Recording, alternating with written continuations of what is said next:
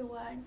I would like to introduce myself. My name is Aulia Melina Baharudin, and you can call me Aulia. I'm from 6B class of IBA, and I will do a presentation on the topic of total quality management tools in order to fulfill the assignment in the quality management course. First, the definition of total quality management, or TQM, is the continual process of detecting and reducing or eliminating errors in manufacturing, streamlining supply chain management, improve the customer experience, and ensuring that employees are up to speed with training. Total quality also involves establishing The total quality also involves establishing measurement criteria and periodically assessing the delivery of customer-focused process, products, and services. Today, these quality management tools are still considered the gold standard for troubleshooting a variety of quality issues.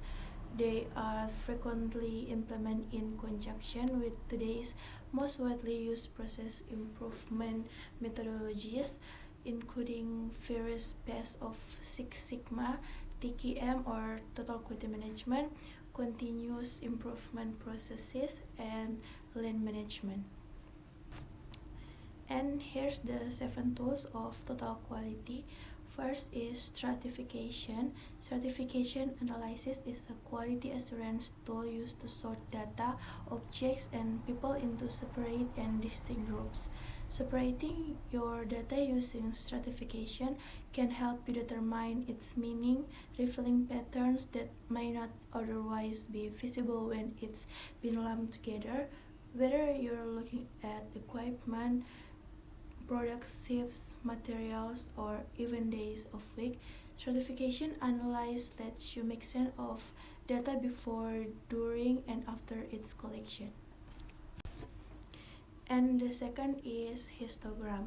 The histogram can help you represent frequency distribution of data clearly and concisely amongst different groups of a sample, allowing you to quickly and easily identify areas of improvement with your processes within a structure similar to a bar graph. Each bar within a histogram represents a group, while the height of the bar represents the frequency of data within that group.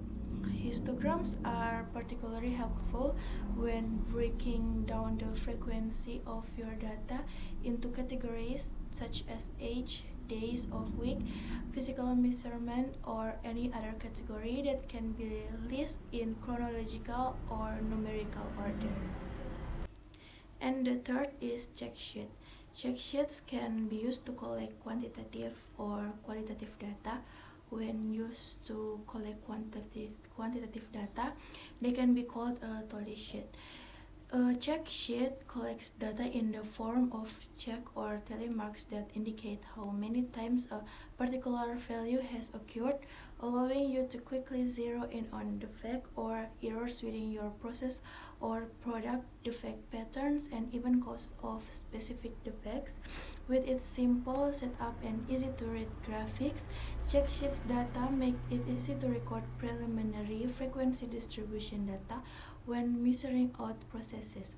This particular graphic can be used as a collection tool when creating histograms, bar graphs, and other quality tools.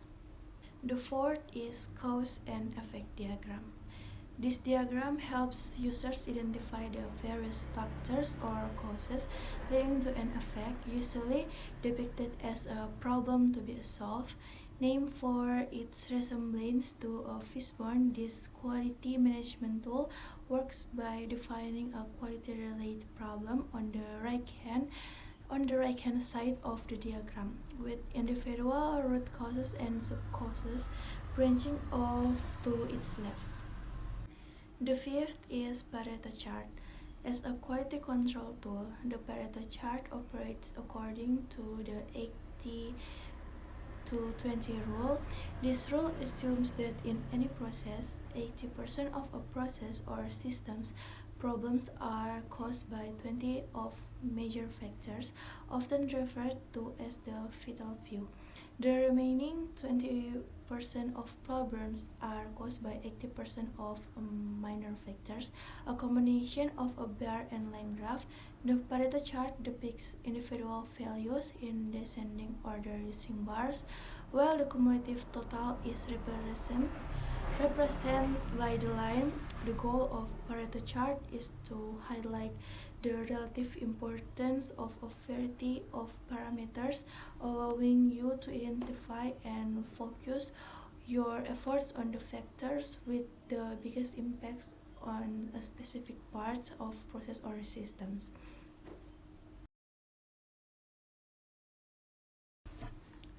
The sixth is scatter diagram. Out of the 7 quality tools, the scatter diagram is most useful in depicting the relationship between two variables, which is ideal for quality assurance. Professional trying to identify cause and effect relationship.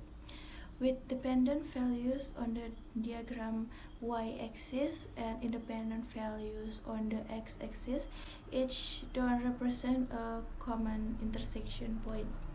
When joined, these dots can highlight the relationship between the two variables. The stronger the correlation in the diagram, the stronger the relationship between variables. Scatter diagram can provide useful as a quality control tool when used to define the relationship between the quality defects and possible causes such as environment, activity, personnel, and other variables.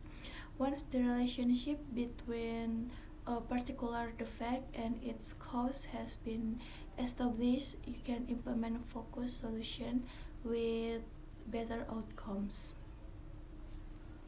And the last one is control chart.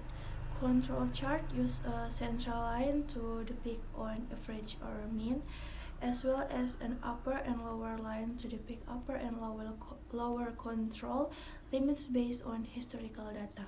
By comparing historical data to data collected from your current process, you can determine whether your current process is controlled or affected by specific variation.